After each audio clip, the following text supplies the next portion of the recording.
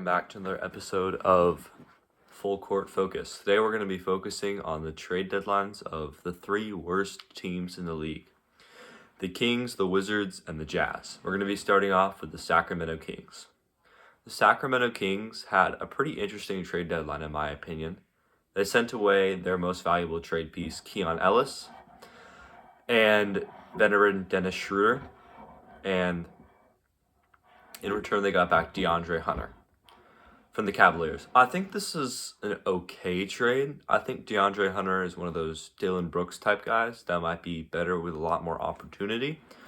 But it is a little weird considering I think they could have gotten a lot more for Keon Ellis, who's a great defender, good at gambling, good at getting steals, good at playing defense, oftentimes defending Steph Curry or the other team's best player.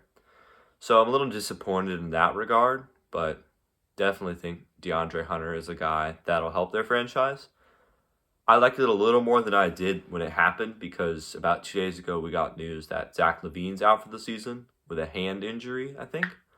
And he was averaging around 19 points a game, but DeAndre Hunter I think can fill that spot.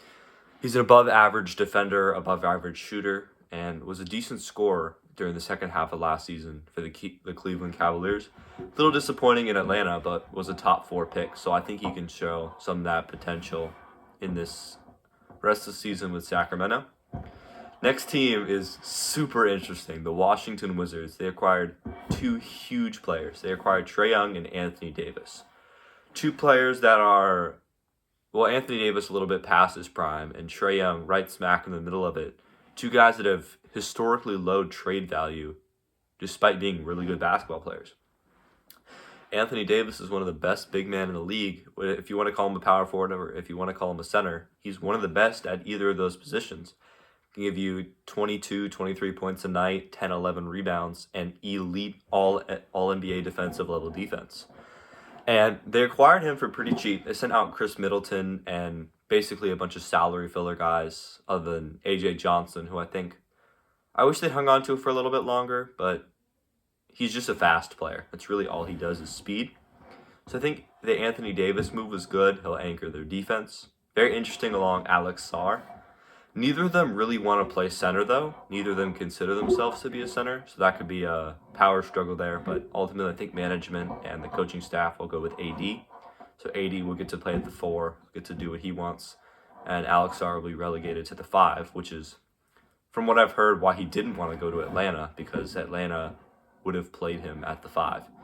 We'll see how that shakes out, but the second move they made, which I really, really like, is Trae Young. Now, Trae Young's a pretty interesting player because he's really good. He is career, great passer. I think 10, 11 assists per game since his first season in the league. Averaged 27 a game at one point, took the team to the Eastern Conference Finals.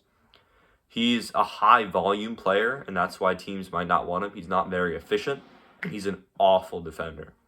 So I think they'll be able to hide him with this team. They sent out Corey Kispert and CJ McCollum, who are 2 of the worst defenders on the team. So now that those guys are gone, it'll really give time for Bilal Coulibaly to shine. I think Trae Young can bring out the best in him. And they have 3 and D players on that roster. Alex Sarr can shoot a little. Bilal Coulibaly can shoot a little. Trey Johnson's probably going to get moved to the bench because of this deal, because he's more of a scorer than a defender. But they gave up very, very, very little. No draft picks. They gave up 2 picks in the AD trade, but no draft picks to acquire Trae Young, a 27-year-old in the prime of his career. Trae Young is not a very efficient player, but he's a great passer and he makes the players around him better. He'll really unlock Alex Sarr next season because they're tanking. They're gonna hold him out for a little bit longer. And yeah, that's kind of it for the Wizards. Moving on to the Jazz, they recently got fined by the NBA because of their tanking, but they have something really interesting going on here. They acquired Jaren Jackson Jr. at the deadline, sent out some players, Walter Clayton, but Jaren Jackson Jr. is such a good basketball player. He was Defensive Player of the Year just a couple seasons ago, averaged 3 blocks a game. And the Jazz are doing something very, very interesting here because you have a situation where you have 3 7-footers in your starting lineup. all who are going to be playing their most comfortable position. Lauri Markkanen naturally is a small forward. He's a shooter. He's a scorer.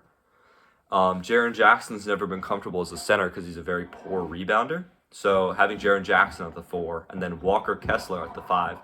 Walker Kessler's been out. He only played 5 games this season, but he was elite. He's everything you want in the modern day non-shooting big. Very athletic, good rebounder, good shot blocker. So I'm really excited to see what they can do next season. I really hate that they had to give up Taylor Hendricks. I think he's a very good basketball player, a very good defensive player. But his injury kind of ruined him. Very tragic injury. It was painful if you watched it live. Kind of like the Gordon Hayward injury, you know. No one wants to see it. Everyone hates to see a guy go down with an injury. But hopefully he'll find a new path with the Grizzlies. But next season, I'm really excited to see what the Jazz can do. They also have great point guard depth with Isaiah Collier, who's been amazing as of late. And they also have Keontae George, maybe more of a 2 guard. We'll see. I think he could be a point guard, though. But they have their starting lineup filled out. They have confidence. They have actually another 7-footer off the bench that's quite good, Kyle Filipowski.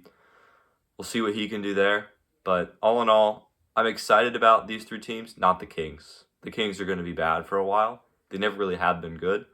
But the Wizards are turning it around. The Jazz are turning it around. I think in a couple years we'll look back on this and think, man, I don't remember these teams were tanking. Like the Thunder or the Rockets. You never really remember their bad days, but they're at the top of the NBA world now. And I see that future for Washington and for the Utah Jazz. Thank you. Full Court Focus signing off.